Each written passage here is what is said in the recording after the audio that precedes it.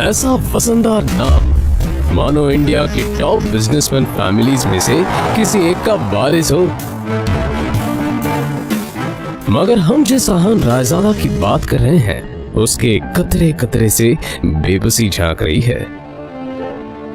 अहान एक करोड़पति business family का दामाद तो जरूर है, मगर उसकी हालत पर घर के नौकर भी कहते हैं, कुछ पैसे चाहिए तो बता देना, तुम्हारी गरीबी देखी नहीं जाती। कहने को तो अहान जैसी रिच फैमिली के दामाद सड़कों पर महंगी कार दौड़ाते थे, महंगे क्लब्स में जाते थे, मगर अहान की लाइफ में 3 चीजें आम थी। पहली चीज बेइज्जती, दूसरी चीज बहुत बेइज्जती और तीसरी चीज बहुत से भी ऊपर वाली बेइज्जती। और हाँ, कभी कभी वो किसी रईस को जब अपनी बीवी को एक महंगे होटल में खाना खिलाते देखता था तो वो खुद से कहता था, एक दिन अपना भी टाइम आएगा जब मैं महंगे सूट में ऐसी किसी महंगे होटल में अपनी बीवी शनाया को दर्शन के साथ खाना खिलाऊंगा। जब वो मेरे सीने से लग के एक रोमांटिक डुएट में मेरे साथ रोमांटिक कैंडल लाइट डांस करेगी ना, तो वहां बैठे सारे रईसजादों के सीने पर सांप लौटेंगे।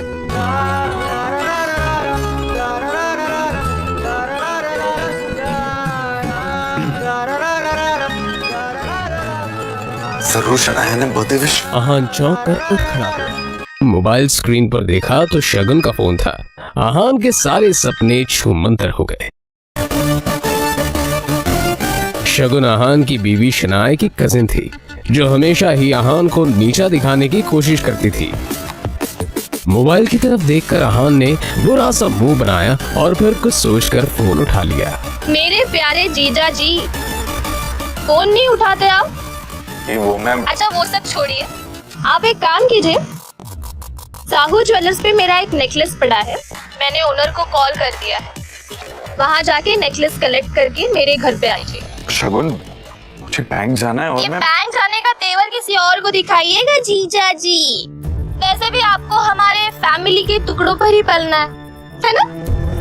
तो जितना काम कहा जा रहा है उतना कीजिए। और हाँ, नेकलेस के साथ में ओनर आपको 30,000 रुपए भी देगा, वो लेकर मेरे घर पे आ जाइए और 30,000 रुपए में से 1 रुपया भी कम नहीं होना चाहिए, समझे ना? देखो शगुन, आज तक मैंने कभी चोरी नहीं की। और दूसरी बात ये कि अगर मुझ पर इतना डाउट है तो किसी नौकर को भिजवा के करवा लो। क्या है ना, बहस करने की इजाजत आपको है नहीं, तो जितना काम कहा जा रहा है उतना कीजिए। 1 घंटे के अंदर नेकलेस और पैसे लेकर मेरे घर आ जाइए। और फिर से कह रही हूँ, 30,000 रुपए में से 1 भी रुपया कम नहीं होना चाहिए।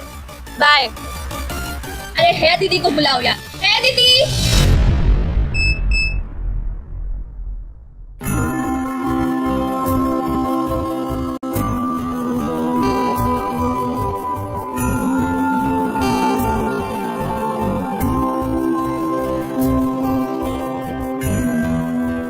जल्द ही अहान फ्रेश होकर बाथरूम से बाहर आया और जल्दबाजी में अपनी अलमारी की तरफ बढ़ा, जिसमें 2 जोड़ी पुराने कपड़े रखे थे। उनमें से जो सबसे साफ कपड़ा था, अहान ने उसे पहनने के लिए चुना।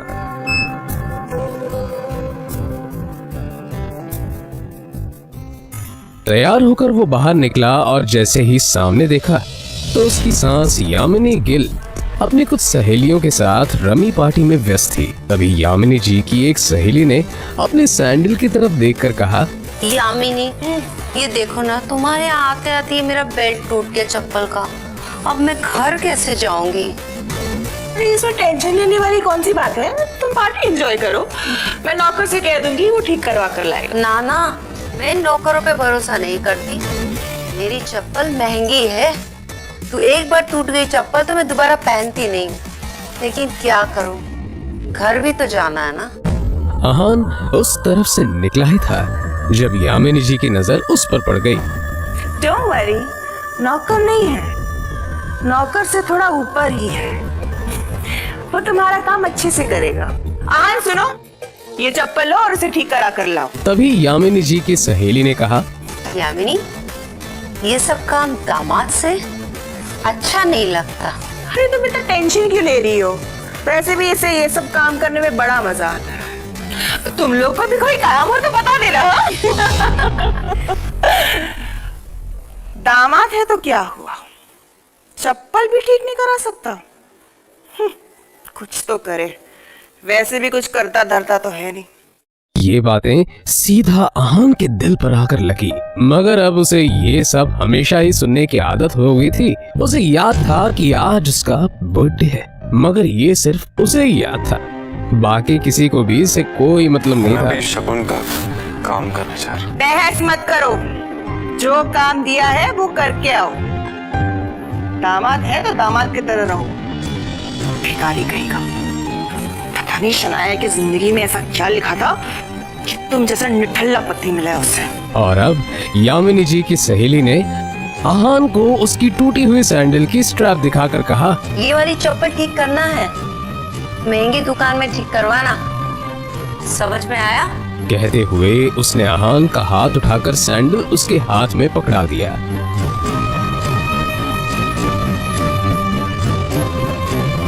ना चाहते हुए भी आहान को यह काम करना ही पड़ रहा था।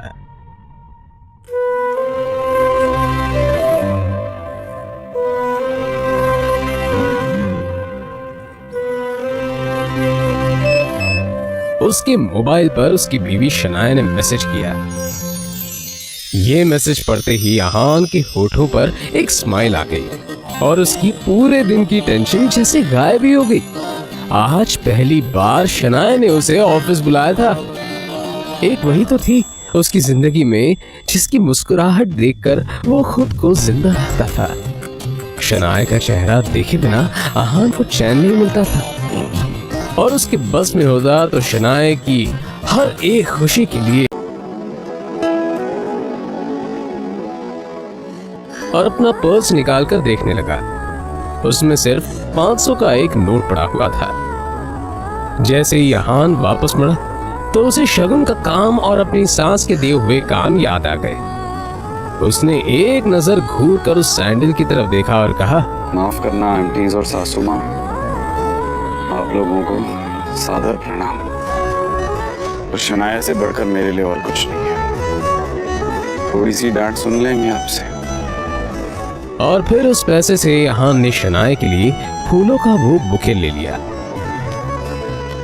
आज वो पहली बार गिल कंस्ट्रक्शन के ऑफिस जा रहा था, जो कंपनी गिल खानदान की थी। ये सोचकर आज वो फूला नहीं समा रहा था कि वहां उसका अच्छे से स्वागत होगा, कि तभी सामने से आने वाले एक आदमी से आहान टकरा गया। उसका नाम देव मल्होत्रा था। इडियट, दिखाई नहीं देता तुम्हें? पता नहीं कहां से मुंह उठाकर चले आते हैं। इस ऑफिस में तुम्हारी खड़े होने की भी औकात नहीं, और ऐसे ठहर रहे हैं जैसे तुम्हारी खाले जी का घर है। कौन हो तुम? शायद देव मल्होत्रा ने भी उसके बदरंग कपड़ों से उसे नौकर या ऑफिस बॉय ही समझ लिया था। मल्होत्रा ने एक नजर नीचे पड़े बुके की तरफ देखा और फिर उसे अपने पैरों तले कुचल के बाहर निकल गया। आहान ने अपना सर झुकाए बस उस बुके की तरफ देखा। उधर शनाया अंदर से ये नजारा देख रही थी। तभी आहान की नजर शनाया पर पड़ी तो एक पल के लिए वो अपनी बेइज्जती भूल गया और वो शनाया के केबिन में दाखिल हो गया। वो शनाया की तरफ बढ़ा। अब जाने भी तो शनाया, जो हुआ मेरे साथ वो हुआ, और तुम इतना टेंशन क्यों ले रही हो? जो बात गई वो बात गई। तभी शनाया चीखते हुए बोली, दूर हटिए आप मुझसे, दूर हटिए। आप चले क्यों नहीं जाते मेरी जिंदगी से? नर्क बना रखी है मेरी जिंदगी। आहान को एकदम से झटका सा लगा। वो खुले मुंह से शनाया की तरफ देखता रह गया। तभी शनाया आगे बोली, पता नहीं कौन से बाबू की सजा मिल रही है मुझे। नहीं, आप चाहते क्या? पापा ने हम दोनों की शादी जबरदस्ती करवाई थी, वरना आप तो कभी मेरे लायक थे ही नहीं। और आज भी आपको पति कहते हुए मुझे शर्म आती। अरे आज तो ड्राइवर नहीं था, इसलिए आपको बुला लिया। पर मुझे क्या पता कि मेरा पति इस काम के भी लायक नहीं है। यहाँ आकर आपने मेरे सबसे पुराने क्लाइंट मिस्टर मल्होत्रा को नाराज कर दिया है। अब कैसे होगा काम मेरा? आंखों में आंसू लिए शनाया ने आगे कहा, मैं जहां पर भी जाती हूँ आप मुझे बेइज्जती के सिवा और कुछ नहीं दे सकते। सिर्फ एक बदनुमा दाग बनकर रह गए आप मेरी जिंदगी पर। इतना कहकर शनाया कैबिन के बाहर निकल आई।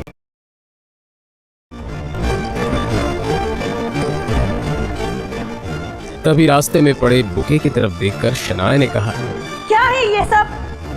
क्या गंदगी फैला रखी है यहाँ पर? फेंको इसे डस्टबिन में। फूल को अपने पैरों से कुचलते हुए आगे बढ़ गई।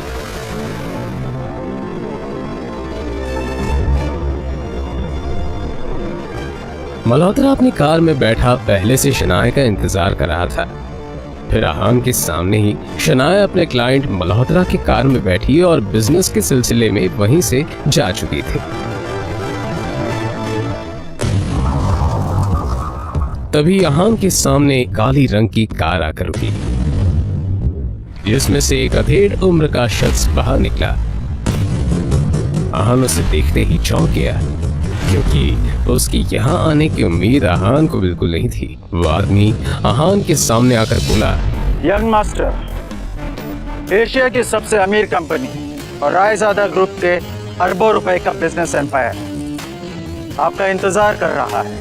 वक्त आ गया है कि आप आकर अपना बिजनेस संभालें। आखिर कौन है ये आदमी? आहान के साथ शनाया के इस बर्ताव का कारण क्या है? क्या है आहान की कहानी? जानने के लिए बने रहिए इस कहानी के साथ।